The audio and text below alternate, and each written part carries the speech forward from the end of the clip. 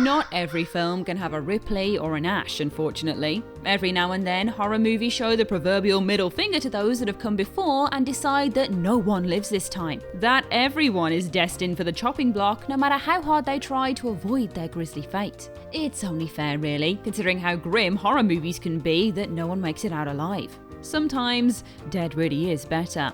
Whether it's everyone we see on screen biting the dust, our close-knit cast of protagonists, or even the world at large, death dealing is part and parcel of these movies that leave no one left to carry the torch.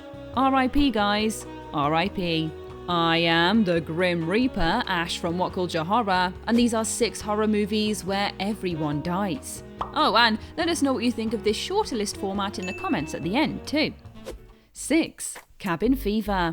Cabin Fever is a darkly comic homage to the low-budget horrors and gory bonanzas that came before it. You know when watching a film by Hostel's Eli Roth that things are gonna get bloody, and get bloody fast. The film follows a group of teens escaping the stresses of college life by spending spring break in a remote cabin in the woods. I mean, who needs beaches when you can have desolate woodland cabins instead, right? As they enjoy their holiday of debauchery, an infectious disease and a tainted water supply eventually works its way into the group. One by one, each of them succumbs to a nasty case of skin dropping off-itis. By the finale, only Jeff remains, who had hidden and drank off screen for a solid portion of the movie. Perhaps one of those few final deaths that audiences find satisfying, an initially devastated but now celebratory Jeff is dispatched by the corrupt sheriff.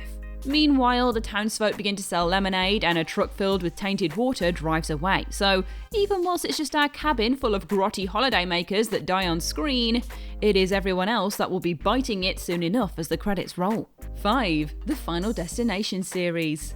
Yes, we're going to go full series here, since there's a couple of films in the canon that let survivors walk away from their films only to give them a paltry off-screen death instantly in the next.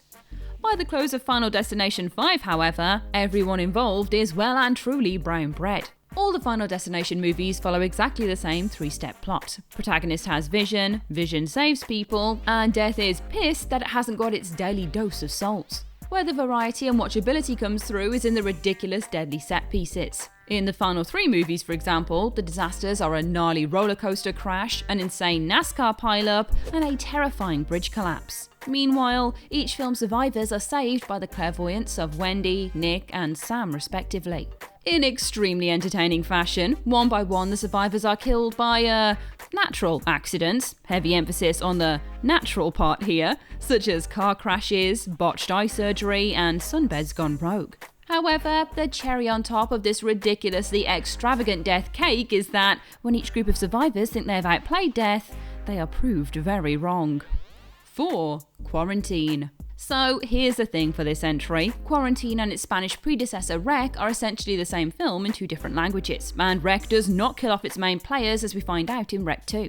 However, Quarantine's sequel tells nothing of the fate of Angela, instead letting her encounter at the end of the first movie serve as a final moment. Both are harrowing found footage films that get progressively more chilling, but for this list, Quarantine has advantage of leaving no survivors. Both films follow a camera crew as they report at a firefighting station, with the group soon called out to an emergency in an apartment building and then are locked inside before they can complete their job. Eventually, they learn the reason why. Their building is ravaged with mysteriously infected residents who violently attack anything in their path.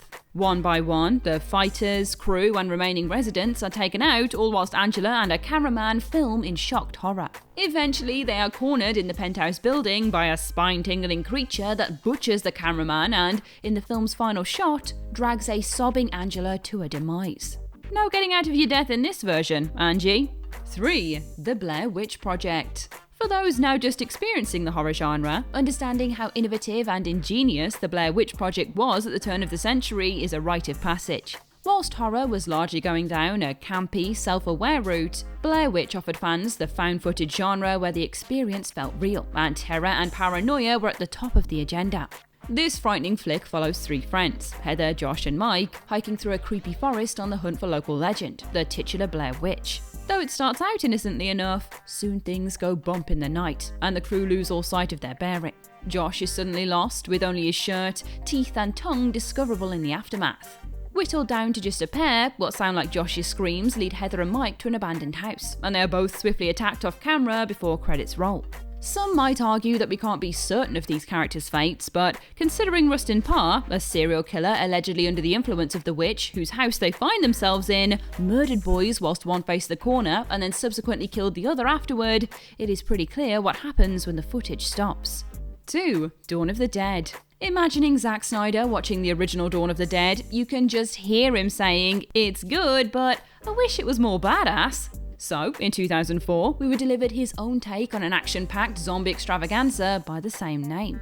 The story mainly follows Anna, who goes from timid nurse to final girl material in record time. Snyder shows he is pulling no punches by getting serious straight away, killing a small child, before getting his core group together in a shopping mall to try and strategize against the horde outside.